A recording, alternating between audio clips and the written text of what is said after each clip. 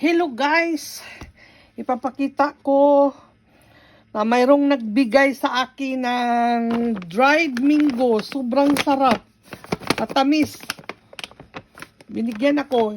Isang bag yan. Puno ito kinakain ko na. Ito yung dried mango na ito.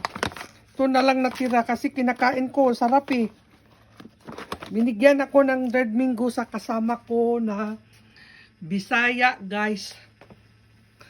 Taga Negros. Bigay lang ito. Kasama ko sa work. Yan.